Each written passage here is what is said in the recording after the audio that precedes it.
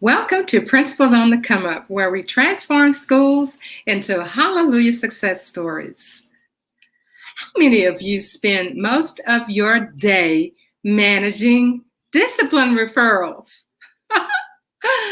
And have you ever thought of ways to reduce the referrals without ISS, without suspensions, and without corporal punishment? Yeah, that's right, I said corporal punishment. So you say, well, Dr. Polk, you must be losing your mind. How can I reduce referrals without doing all of that? So if you know you need help, you're in the right place. And if you're responsible for discipline, you're in the right place.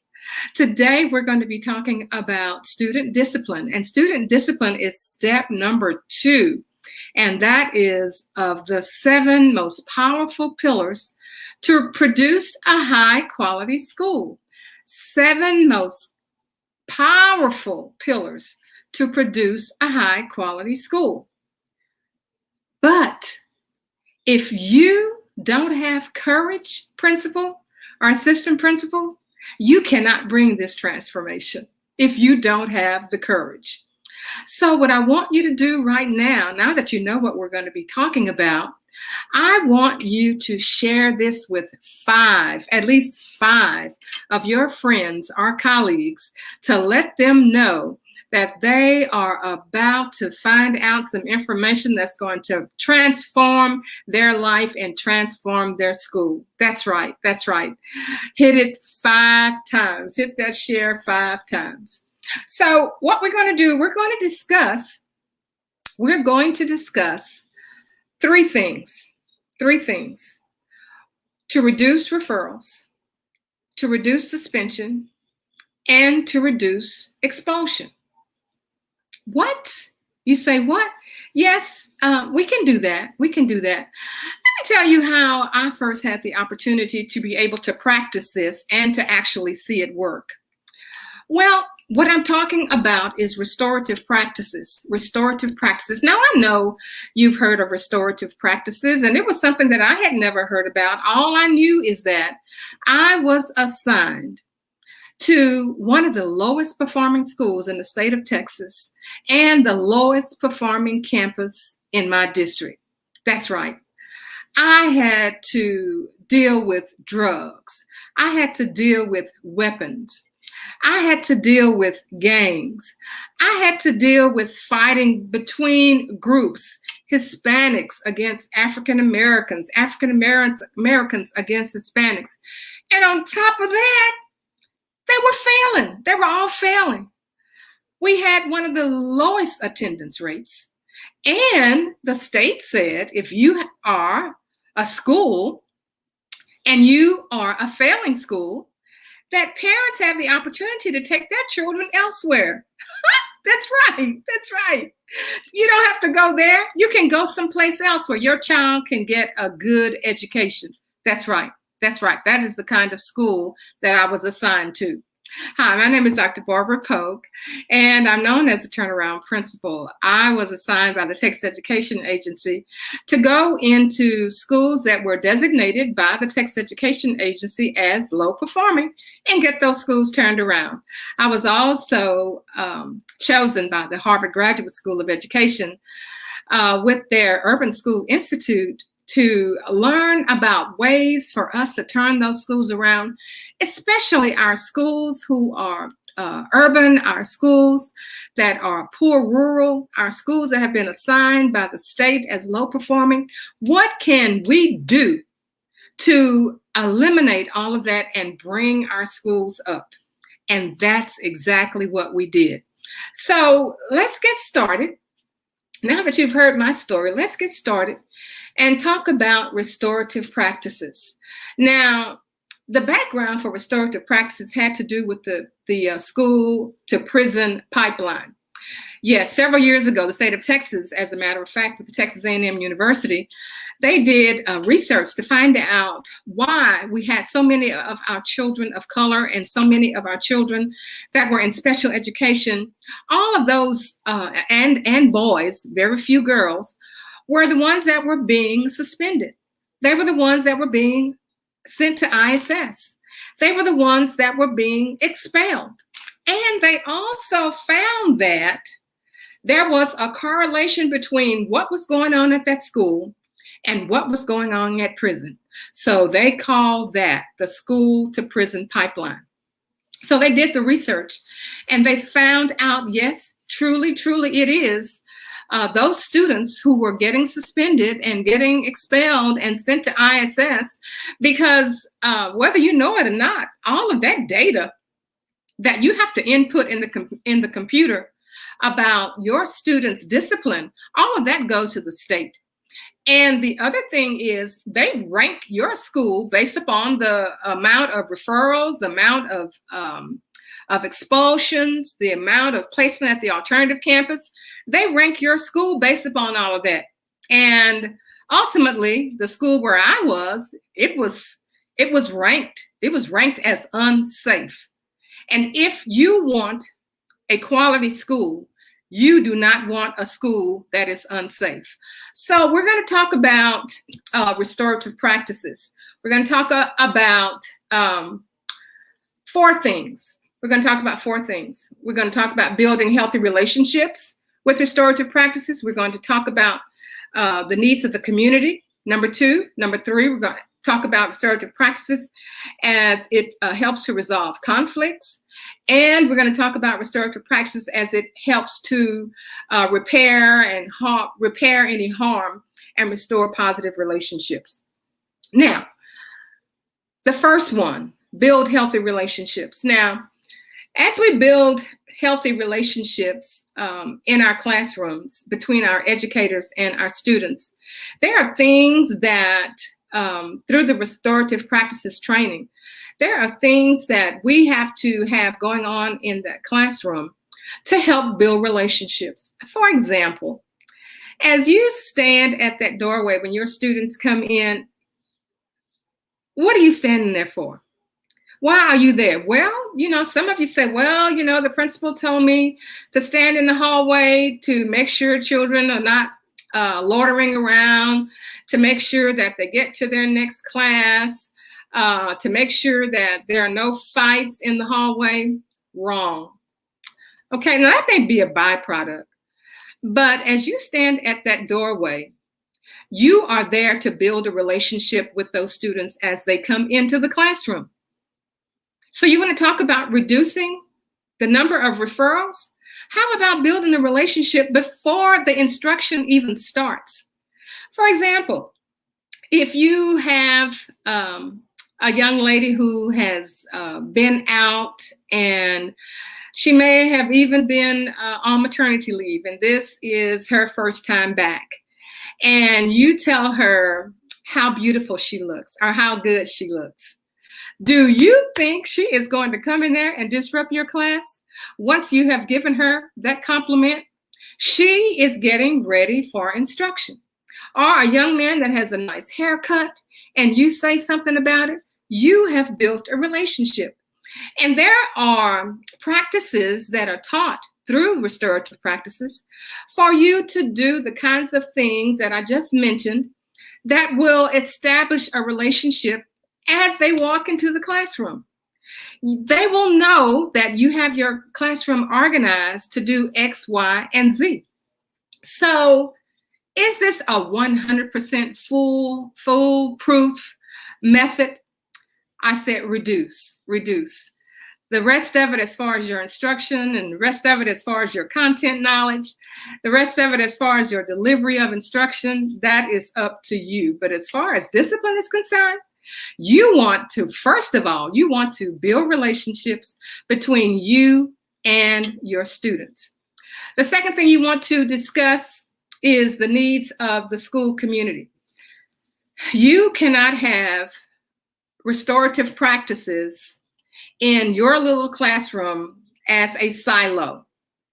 Everyone in your school district, everyone in your school building has to have restorative practices.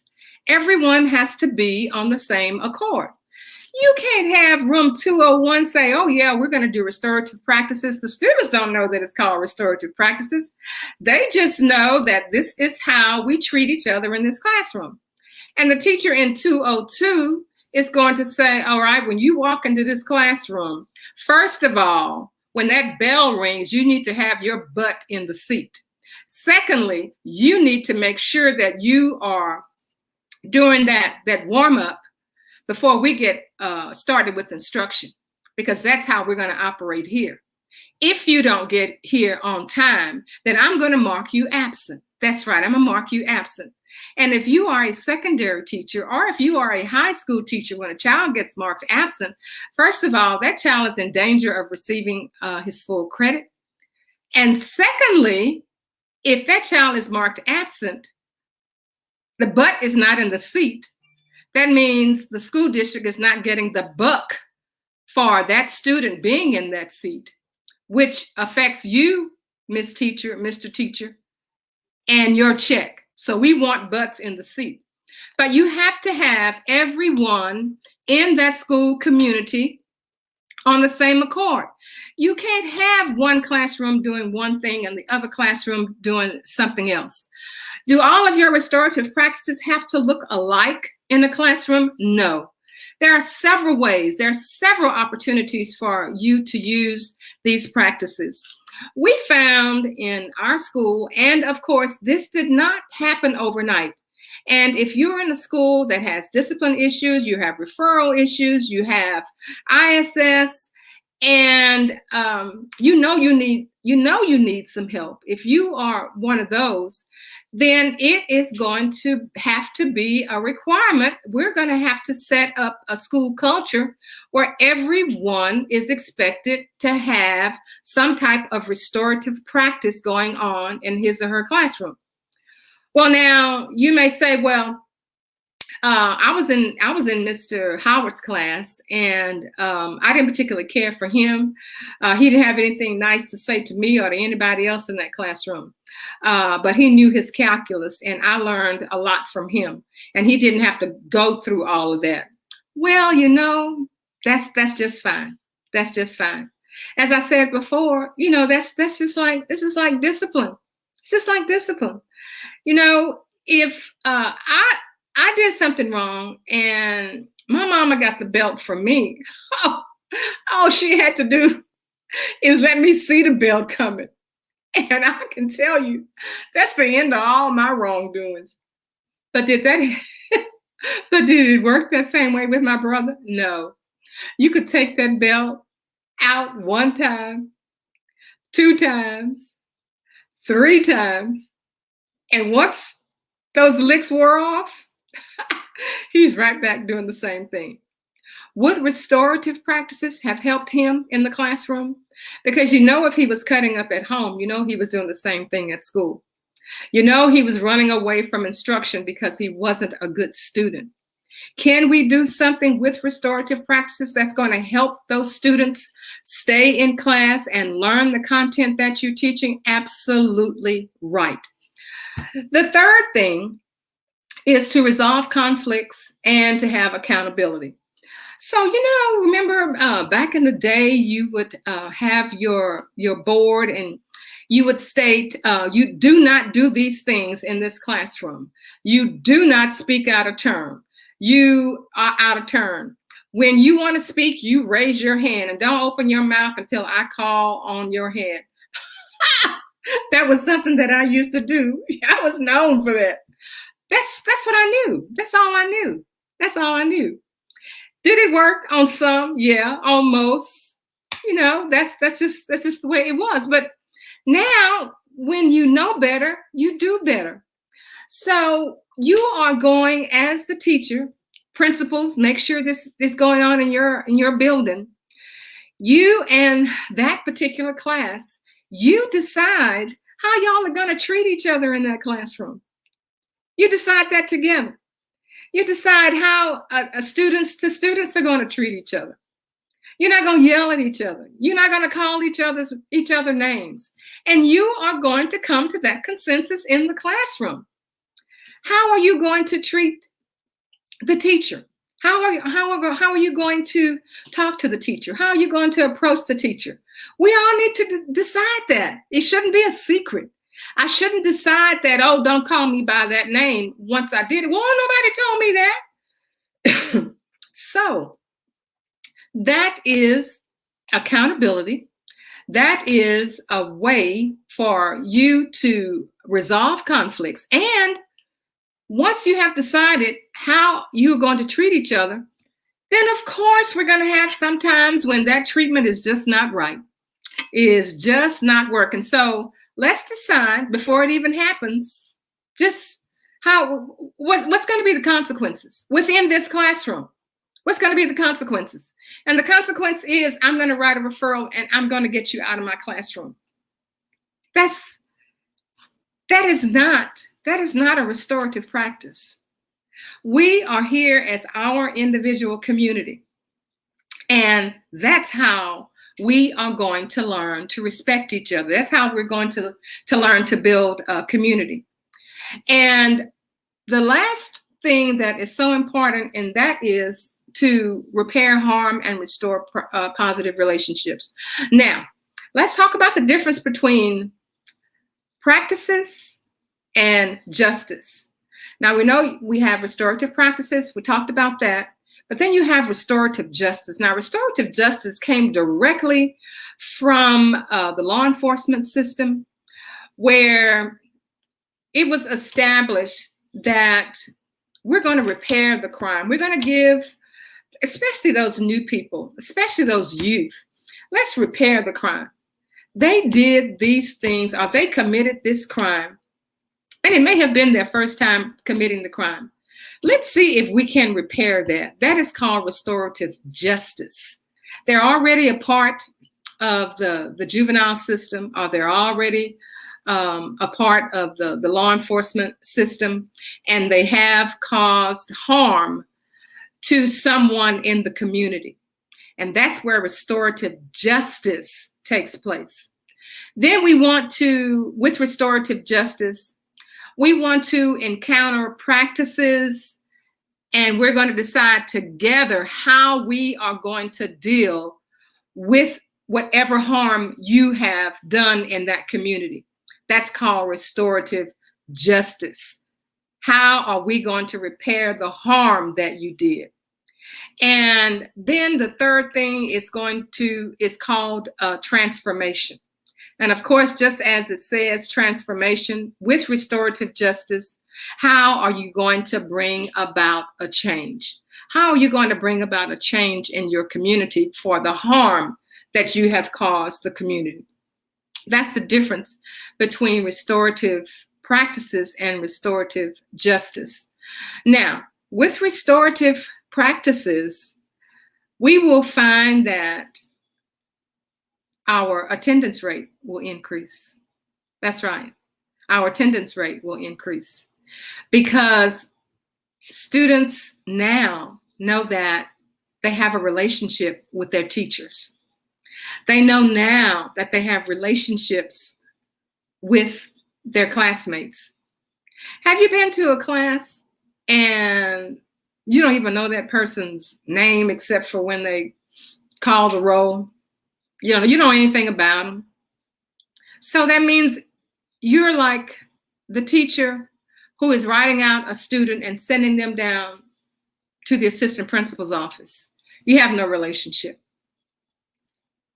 When you're in a community, you have a community, you know each other, and there are ways to learn to do this in restorative practices. Oh, you may say, well, I don't have time for this. I have time for this. I have a curriculum to teach. My students are behind. You know, they call this learning loss. And by the way, there's no such thing as a learning loss. There's no such thing as a learning loss. Okay? Let's just deal with that right now. When these children were out of the school, hey, Marilyn Kennison, good to see you. No such thing as learning loss. When these children were out of school, they did learn. Yes, they did. They may not have learned the curriculum, but they were exposed to their family. They were exposed to conversation. They learned something. My grandchildren learned how to fly a paper kite, how to make a paper kite. Isn't that something? They learned something. So instead of us looking back on what we think that they don't know, let's look forward on what we're preparing them to learn as they go from grade 3 to grade 4, grade 8 to grade 9. Let's prepare them for that. And then we do interventions to support the things that they need in order to move forward. Anyway, I digress. These practices are going to be essential to your academics, because now those students that you used to write out of class, they're not out of class, they're in class. Those students who were always tardy to your class, they're not tardy anymore because they want to find out what's going on in your class because they have a relationship. And I'm going to disappoint my teacher if I'm tardy for the class. Now, as far as the teachers are concerned, teachers, we expect you to be prepared for instruction. You know, the old saying is, there's no instruction without discipline. Well, if there is discipline, teachers, you need to bring the instruction. And you need to bring the best instruction that you have. Now that you have all eyes on you, the expectation is, I'm here to learn. I'm here to learn. And the students will say, because I have a relationship, I'm going to try extra hard. I'm going to try extra hard to learn whatever it is that this teacher is trying to teach me, because I have a relationship. I'm going to try extra hard to work with this person who's sitting on the side of me, because I know the kinds of challenges they have at home. So I'm gonna work extra hard because that's my friend. I've learned to have a relationship with this person in this class right now. So when you start talking about restorative practices, and the restorative practices that I'm referring to are a part of the National Educators for Restorative Practices.com. You go there, you get the training. I have been into schools for, hi Sean, good seeing you, good seeing you. Sean is one of our exceptional students. During his high school days at Lincoln High School, Sean was a student who always wanted to excel. And we did establish relationships in our classrooms. Each class was different. It was a different community. And especially in high school, for our young people who are involved in athletics, for our young people who are involved in the fine arts, in choir, in band, for our students who are involved in academics, we have all kinds of people in the community. But we find that our students who are involved in all of these extracurricular activities, they do work hard. They do go the extra mile. And we have to have a relationship established in those classes through the restorative practices. Did I know about restorative practices back then? Heck no, I didn't know anything about restorative practices. I just know that we had to have a relationship. We had to respect each other. I had to know that my co-teacher, Mary Lathan, right down the hallway, had the same kinds of practices in her classroom, or maybe something a little different, but we respected our students, and our students respected us, and we respected each other in the classroom. When we have that, that's called restorative practices. And it's just not something that just drops out of the sky. There is a process, and restorative practices is not a program. It is not a program. It is, you can incorporate that with PBIS. You can incorporate that with CHAMPS. You can incorporate that with any other kind of program. But restorative practices is a process. And when you go through a process, things don't change immediately. Things change little by little. And the important thing is that we have to have restorative practices in order to work with adults in our buildings, because we have some adults who we don't have a relationship with. We see them in the hallway and we don't even make eye contact with them. So if that's happening to adults and we are trying to fix that, can we do and start with building relationships in the classroom? Saying something nice about a teacher that's down the hall, even if we know that there are some issues down there. Can we do that? All of that is a part of restorative practices. So as we close, I want to tell you that with restorative practices, as we go from district to district with restorative practices, as I train teachers and train principals using the restorative practices process, there are some steps and there's some information that have to be shared and have to be built in to the process of instruction. We have found that teachers who use this the first year, it's kind of rough. It's kind of rough. And then that second year, we find that they get a little more comfortable. And we find that we have more people who are going to come on board. And the other thing, too, is that when you start building relationships in your school, you're going to find, principals, that your teachers are not going to be so eager to leave your building. Do you know what I'm talking about? Especially if you are in an urban school district, especially if you are in a school that has been ranked by the state as needing improvement. You're going to find that restorative practices will help to keep your teachers on your campus. It's just amazing. All I can tell you is the experience that I have had when I started the low performing campus. I couldn't get anybody to come to the school. And by the third year, fourth year, we had people coming in January saying, I heard you have a vacancy.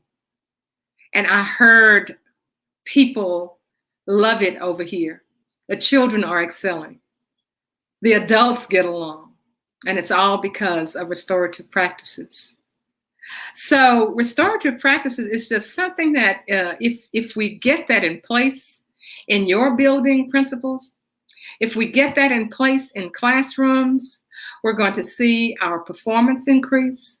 We're going to see attendance increase. We are going to see that our community will change.